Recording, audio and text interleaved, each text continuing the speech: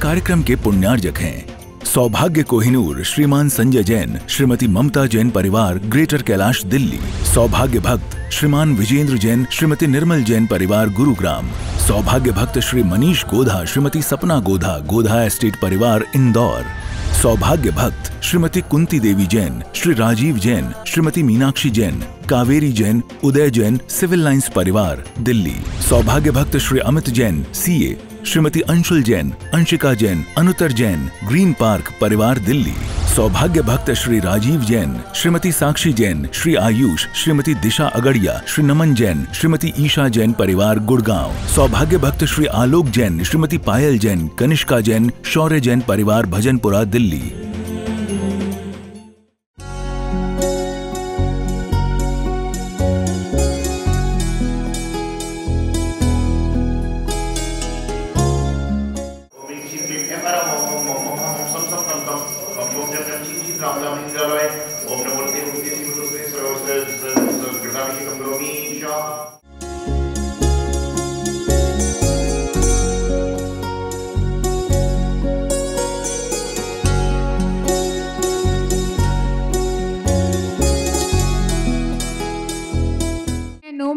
गुरु बसे उनमें कौन समाए, पलक गिरे या पलक उठे गुरु ही नजर में आए। पलक गिरे या पलक उठे गुरु ही नजर आए। ऐसे गुरुवर श्री सौभाग्य सागर जी महाराज के चरणों में त्रिबार नमोस्तु नमोस्तु नमोस्तु। गुरुवर बंधुओं, जब तक संबंध हैं तब तक ही बंध है। जब हमारा संबंध बंधता है तो बंध भी होगा जरूर, क्योंकि मतलब ये है कि जब हम अपने बराबर में किसी के साथ भी संबंध बनाएंगे तो बंध तो होगा ही। यदि हमें बंध ही बनाना है, बंध ही करना है किसी के साथ भी, तो वीतरागियों के साथ कीजिए। वीतरागियों के साथ हम संबंध बनाएंगे तो हमें उससे कुछ उसका मिलेगा भी फायदा। अब हम भगवान के साथ आते हैं, उनके साथ संबंध बनाते हैं तो हम उनके साथ क्या होता है, हमारे परिणामों में निर्मलता आती है और हमें उसका क्या मिलता है फायदा, कि हम भी उसी मार्ग पर चलने के लिए हमारे भाव बनते हैं। क्योंकि ये मनुष्य भाव मिला ही इसलिए है कि हम अपने कर्म काट सके। महानुभाव, इस संसार में यदि कोई व्यक्ति आपसे पूछे कि सबसे कीमती चीज कौन सी है, तो आप क्या जवाब देंगे? इस संसार में आपसे पूछा जाए कि इस संसार में सबसे कीमती चीज क्या है, तो आदमी क्या जवाब देगा? कोई धन को बताता है, कोई दौलत को बताता है, कोई जीवन को बताता है, कोई परिवार को बताता है। लेकिन इस संसार में जो वस्तु कीमती होती है उसको लोग ताले में बंद करके रखते हैं, सहेज कर रखते हैं। किसको रखते हो ताले में बंद? किसको रखते हो ताले में बंद आप लोग घरों में? रुपए पैसे को। यदि मनुष्य जन्म को आप कीमती समझते तो उसको इधर उधर नहीं भटकाते, उसको भी संयम रूपी ताले में रखते। तो इस संसार में सबसे ज्यादा यदि कीमती कोई वस्तु है तो वह है इंसान की जिह्वा। क्या है? इंसान की जीभ है कि जीभ यदि अच्छी होगी तो अच्छे अच्छे पैसे भी कमा लेते हैं, और जीभ यदि खराब होगी तो बुरे से बुरे कार्य करके पैसे को भी गवा देगा। तो सबसे अच्छी वस्तु कौन सी है, कीमती वस्तु कौन सी है? तो जिह्वा है। और जिह्वा को भी आप ताले में बंद रखते हो कि नहीं रखते हो? कैसे रखते हो? जिह्वा को भी ताले में कैसे बंद रखते हैं? पहले अपने दोनों होठों को सिले हुए रखते हैं, फिर 32 दांत से उसको तिजोरी में बंद रखते हैं। ऐसे इस प्रकार से आपकी जिह्वा को आप दो तरह से ताले में बंद करते हैं, लॉक करते हैं। जैसे आप धन को, दौलत को सहेज कर रखते हैं, उसी प्रकार से अपनी जिह्वा को भी सहेज कर रखने का प्रयास करें। क्योंकि इस संसार में जितने भी युद्ध हो रहे हैं, जितने भी झगड़े हो रहे हैं, जितनी भी वाहवाही मिल रही है, जितनी भी प्रशंसा मिल रही है, वह सब इंसान की जिह्वा के कारण मिल रही है। जितनी भी इंसान को दूसरों के द्वारा प्रशंसा मिलती है, दूसरों के द्वारा शाबाशी मिलती है, दूसरों के द्वारा बुराई मिलती है, दूसरों के द्वारा समस्याएं मिलती हैं, वह सब मात्र किस कारण से हैं? तो कहते हैं जिह्वा के कारण है।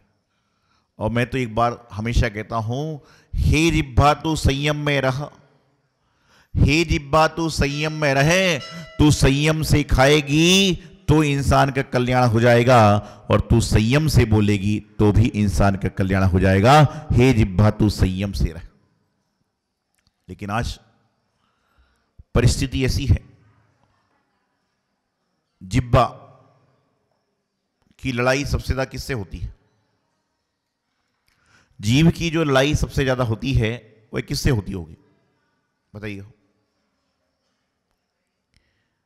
अरे आप सबके पास जिह्वा मौजूद है, तो सबसे ज्यादा जिह्वा की लड़ाई किससे होती है?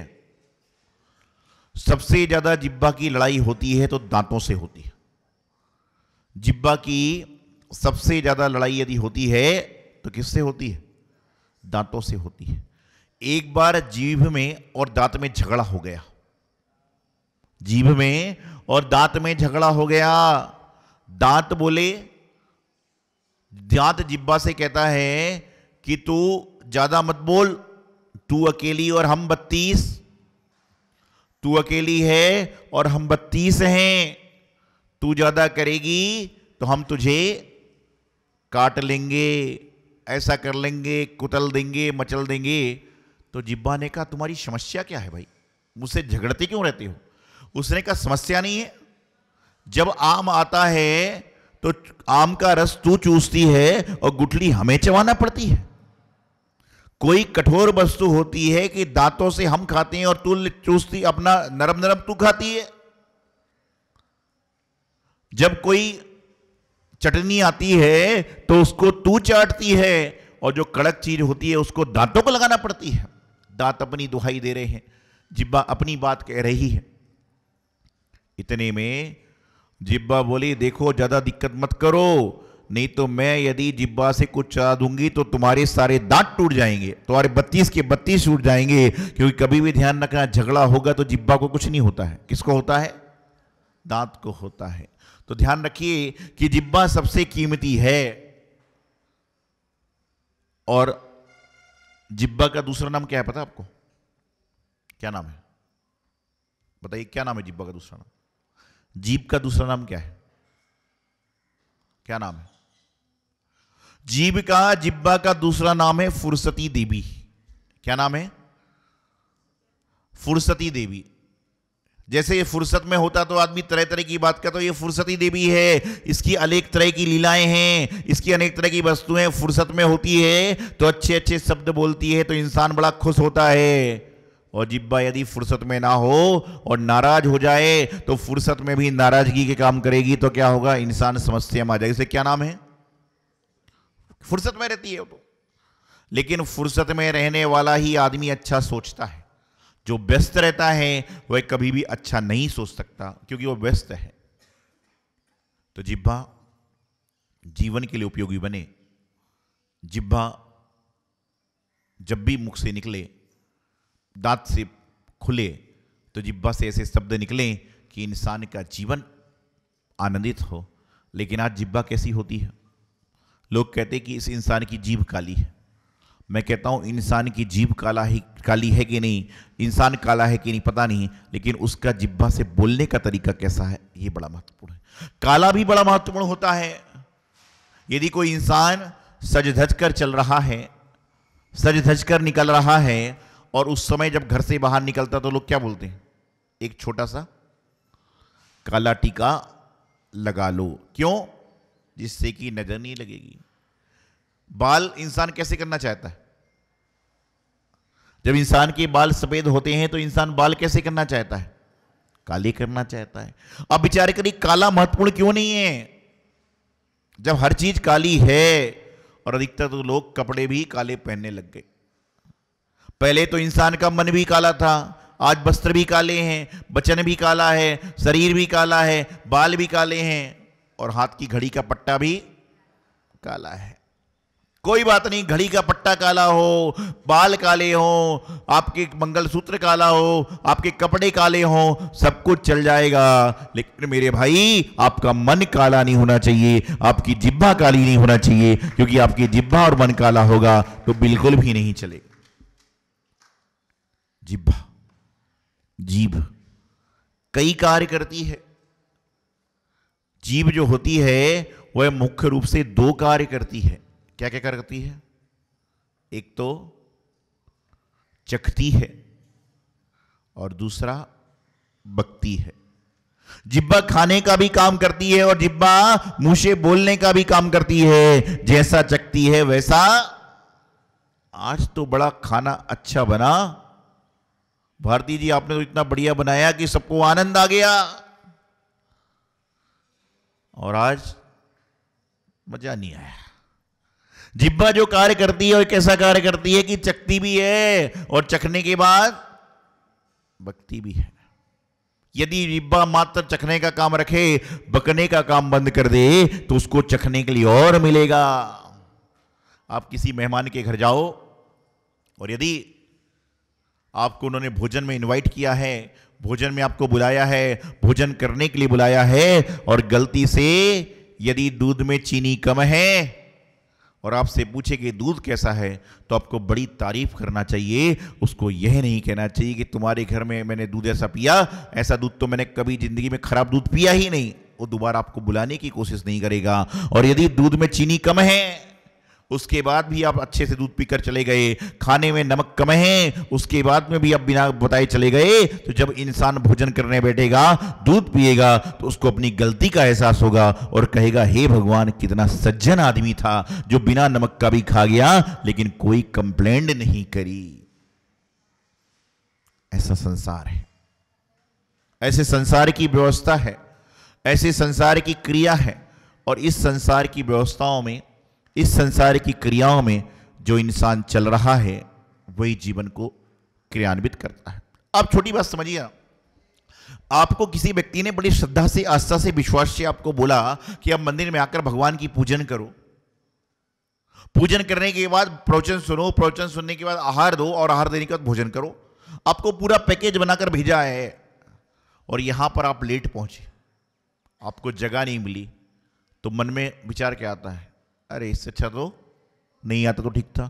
अरे ऐसा मत सोचो, ये समझो कि सामने वाले ने आपको भेजा है तो कोई बात नहीं, आगे बैठने की जगह नहीं है, पीछे बैठने की जगह मिली, लेकिन कम से कम भगवान की नजरों के सामने, गुरु की नजरों के सामने बैठ तो पा रहा हूं। ऐसे बहुत सारे लोग हैं जो सड़क से गुजर जाते हैं लेकिन मंदिर में नहीं आ पा सकते, और आप उसमें से पुण्यशाली लोग हो जो मंदिर से गुजर रहे हैं लेकिन मंदिर में आने का प्रयास कर रहे हैं। ये तो सड़क पे तो हजारों लोग जी रहे हैं। सड़क पे कुत्ता भी घूम रहा है, सड़क पे बैल भी घूम रहा है, सड़क पे इंसान भी घूम रहा है, लेकिन कुत्ता, बैल, गाय भगवान के मंदिर में नहीं आ सकते। और जो इंसान मंदिर के समीप गुजर रहा है और मंदिर के अंदर नहीं आ रहा है, तो समझ के चलना कि हे भगवान, कहीं ना कहीं मेरा नंबर इनमें तो नहीं आ गया कि जिस प्रकार से जानवर बाहर घूम रहे हैं वह मंदिर आने के पात्र नहीं है, तो क्या हम भी जानवर जैसे हैं जो हमारे अंदर मंदिर आने की पात्रता नहीं है? विचार जरूर कर। तो बात चल रही थी, जिब्बा का नाम फुर्सती देवी क्यों बताया कि फुर्सत में होती है तो किसी के लिए कविता गजल पढ़ देती है, और जब फुर्सत में होती है तो किसी के लिए गाली भी निकाल दे, तो कोई बड़े आश्चर्य की बात नहीं है। और अपनी जिब्बा से गाली कम, गीत ज्यादा निकालो, अपनी जिब्बा से बुराई कम, अच्छाई ज्यादा पैदा करो। जिब्बा में, अरे मैं तो एक बात कहता हूं, आपकी जीभ से अच्छा तो खिलौना है। खिलौना के सामने आजकल बोलते हैं, मैं भी रास्ते में बिहार कर रहा था कहीं पर, तो कहीं घर में ठहरना होता है, तो एक जन के घर पे ठहरा था, तो पता नहीं कोई एक चीज थी, वो मुंह से बोलता था, वो बोलना चालू कर देता, जो बोलते थे एक्सल क्या था वो, तो जैसा बोलता था और सब बोलना चालू कर देता था वो। तो मैं सोचने लग गया कि इंसान की जिब्बा से अच्छा तो एक खिलौना है, इलेक्ट्रॉनिक चीज है कि जो मुंह से बोलती है तो सुंदर सुंदर सुंदर भजन गीत गाना चालू कर देती है। इंसान झूठ भी बोलता है तो किस कारण से बोलता है बताइए? इंसान झूठ जब बोलता है तो किस कारण से बोलता है? किस वस्तु से बोलता है? इंसान चाहे झूठ बोले, चाहे सच बोले, चाहे अच्छा बोले, चाहे खराब बोले, वह मात्र जिह्वा से बोलता है। और जिह्वा कब बोलती है? जब आपके मन में किसी के लिए गलत विचार आते हैं, जब आपके मन में किसी के लिए अच्छे विचार आते हैं, तो आप जीवन में क्या करते हो? जिह्वा के द्वारा उसका काम करते हो। तो जीवन में सबसे ज्यादा यदि कोई महंगी वस्तु है तो ये क्या है? जिब्बा है, आप उस जिब्बा से अपने जीवन को संयमित करें, अपने जीवन का कल्याण करें। और जिस प्रकार से तिजोरी में पैसे रखते हो तो 1 लाख 2 लाख, तिजोरी तो छोड़ो, आज के समय में इंसान के पास मोबाइल है तो वह भी कैसा है, इंसान के पास मोबाइल है तो उसमें भी सेपरेट लॉक है। और लॉक ऐसा है कि बच्चे को पिताजी का पता नहीं, पिताजी को बच्चे का पता नहीं। क्यों? बोले मेरी सेपरेट चीजें। अरे मोबाइल में क्या सेपरेट है? घर में जो चीज सेपरेट है वो तो खुली है, और मोबाइल में क्या है? बोले सेपरेट है। कोई बात नहीं। तो जिस प्रकार से मोबाइल में लॉक है, तिजोरी में लॉक है, घर में लॉक है, उसी के पहले जिब्बा के पहले भी 2 लॉक, एक तो होठ का लॉक है और 32 दांतों का लॉक है, उसके बाद जिब्बा है। तो जिब्बा को समित बोलें, जीवन का कल्याण होगा। यही मंगल स्वभावना आचार्य गुरुदेव सिद्धांत सागर जी महाराज की।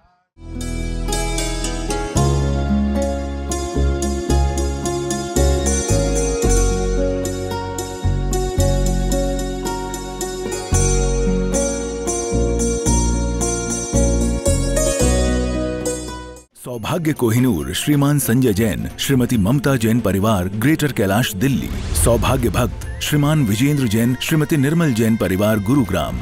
सौभाग्य भक्त श्री मनीष गोधा, श्रीमती सपना गोधा, गोधा एस्टेट परिवार, इंदौर। सौभाग्य भक्त श्रीमती कुंती देवी जैन, श्री राजीव जैन, श्रीमती मीनाक्षी जैन, कावेरी जैन, उदय जैन, सिविल लाइंस परिवार, दिल्ली।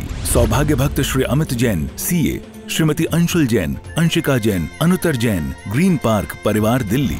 सौभाग्य भक्त श्री राजीव जैन, श्रीमती साक्षी जैन, श्री आयुष, श्रीमती दिशा अगड़िया, श्री नमन जैन, श्रीमती ईशा जैन परिवार, गुड़गांव। सौभाग्य भक्त श्री आलोक जैन, श्रीमती पायल जैन, कनिष्का जैन, शौर्य जैन परिवार, भजनपुरा, दिल्ली।